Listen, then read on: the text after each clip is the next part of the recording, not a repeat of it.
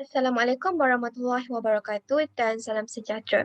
Pada pagi yang mulia ini, kami barisan panel daripada Kumpulan 7 ingin mengupas salah satu daripada 17 matlamat pembangunan lestari Malaysia, iaitu matlamat yang ketiga, kesihatan yang baik dan kesejahteraan. Matlamat ini bertujuan menjamin kehidupan yang sihat dan meningkatkan kesejahteraan untuk semua peringkat umur. Melalui tujuan ini, harapannya adalah untuk mengurangkan kadar kematian ibu secara signifikan, menghentikan kematian yang dapat dicegah untuk bayi baru lahir dan kanak-kanak di bawah usia 5 tahun. Di samping, mengakhiri wabak penyakit untuk AIDS, malaria, tuberkulosis, penyakit tropik, hepatitis, penyakit bawaan air dan juga penyakit berjangkit lain. Selain berusaha untuk mengurangkan kematian pramatang dari penyakit berjangkit, memperkuat pencegahan dan rawatan penyalahgunaan bahan, dan mengurangkan separuh daripada jumlah kematian dan kecederaan akibat kemalangan lalu lintas. Matlamat ini juga memberi tumpuan dalam mempromosikan akses global ke perkhidmatan kesihatan seksual dan pembiakan, mencapai liputan kesihatan sejagat dan mengurangkan jumlah kematian akibat bahan kimia berbahaya di udara, air dan juga tanah.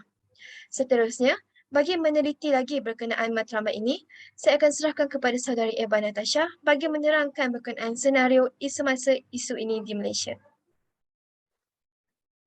Okay, baiklah, terima kasih saya ucapkan kepada rakan panel saya iaitu saudari Ardini Marisha. Senario isu semasa yang saya akan kongsikan merupakan senario yang paling jelas dapat dilihat iaitu berkaitan dengan serangan virus COVID-19. Yang seperti mana kita tahu, pada penghujung 2019, masyarakat telah pun dikejutkan dengan satu fenomena yang belum pernah dialami di dunia, iaitu apabila berlakunya kemunculan penyakit yang dikenali sebagai wabak virus COVID-19. Ia telah menyebabkan seluruh masyarakat menjadi panik dan ketakutan kerana penyakit ini boleh menyebabkan kematian. Keadaan dunia menjadi semakin kelam kabut apabila dimaklumkan bahawa tidak ada vaksin yang ditemui untuk merawati penyakit tersebut pada ketika itu. Jadi Malaysia tidak terkecuali dalam berhadapan dengan senario begini bermula pada 18 Mac 2020 apabila kerajaan telah melaksanakan Perintah Kawalan Pergerakan ataupun dikenali sebagai PKP secara holistik untuk usaha bersepadu bagi memastikan rantaian COVID-19 ini dapat diputuskan. Semua aktiviti sosial ataupun kemasyarakatan yang biasa dilaksanakan sebelum ini terpaksa dibatalkan atau diberhentikan. Jadi secara umumnya apabila berlaku PKP, semua aktiviti masyarakat dan sosial di negara ini berada dalam keadaan yang statik. Walau bagaimanapun, senario ini tak memberi impak yang positif, malah memberi impak yang negatif dan kurang sihat kepada kemakmuran dan kesejahteraan masyarakat dan negara jika perkara ini berlaku dalam jangka yang agak lama ataupun tempoh yang panjang. Di antara impak negatif yang dapat dirasai oleh masyarakat dan negara adalah daripada kesan psikologi, sosial dan juga emosi masyarakat. Hal ini dapat dilihat apabila kadar peratusan rakyat Malaysia yang bunuh diri mahupun terlibat dalam cubaan bunuh diri akibat masalah kewangan dan emosi semakin meningkat berbanding tahun-tahun yang sebelum ini. Bahkan tujuan matlamat ini untuk mengurangkan kadar kematian rakyat akibat penyakit berjangkit tidak dapat dilaksanakan. Selain itu, negara juga tidak terlepas daripada kesan ekonomi dan juga politik. Maka jelaslah di sini, wabak virus ni telah mengganggu matlamat pembangunan mampan yang ketiga ini untuk dilaksanakan. Jadi saya ingin menerajukan soalan kepada rakan panel saya yang seterusnya iaitu Ainur Jannah. Apakah langkah-langkah yang dapat diambil untuk menyelesaikan atau mengatasi masalah yang terdapat dalam senario yang dinyatakan? Dipersilakan panel seterusnya untuk menjawab. Terima kasih. Okey, terima kasih kepada saudari Eva Natasha. Jadi saya sangat berminat untuk menjawab soalan saudari lah. Okey, di sini saya ingin berkongsi antara langkah yang utama iaitu ataupun langkah yang besar lah iaitu sebabkan kita tahu sekarang ni berkaitan dengan virus yang menjangkiti dan berjangkit. Jadi saya di sini menyarankan langkah yang paling utama ialah dengan menjaga kesihatan. Okey, antaranya ialah sewaktu PKP bermula, kerajaan telah menetapkan SOP kepada masyarakat untuk kita ikutlah. Okey, hal ini kerana SOP ini bertujuan untuk mengurangkan jangkitan ataupun kes harian. Antara SOP yang telah ditetapkan oleh kerajaan iaitu dengan mengamalkan jarak antara 1 meter antara individu dengan individu. Hal ini kerana apabila kita melakukan penjarakan sosial, ia dapat membantu kita mengelakkan diri kita daripada terjangkiti lah. Hal ini kerana kita tak tahu sama ada individu yang berada dengan kita tu telah dijangkiti ataupun tidak. Jadi sebagai langkah keselamatan, kita disarankan untuk menjaga jarak iaitu 1 meter atau lebih. Itu lebih elok lah dan lebih selamat. Okey, yang seterusnya ialah kerap mencuci tangan. Okey, kenapa menyarankan untuk kerap mencuci tangan? Okey, kerana tangan kita adalah merupakan anggota yang terdedah kepada bakteria dan kuman.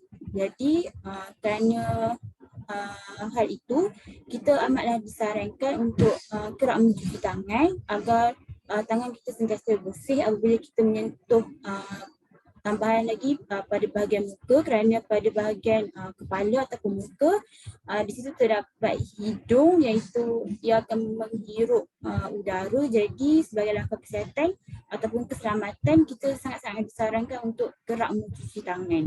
Okey, dan yang seterusnya adalah dengan memakai pelitup muka. Hal ini kerana virus ini ia boleh merebak melalui udara.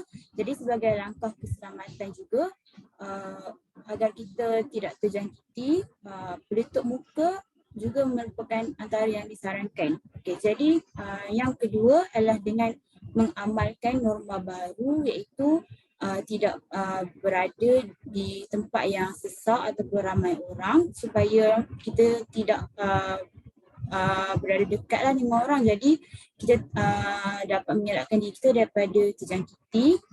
Selain itu tidak melakukan aktiviti-aktiviti yang aktiviti keramaian kerana kita tak tahu bagaimana bahayanya di situ.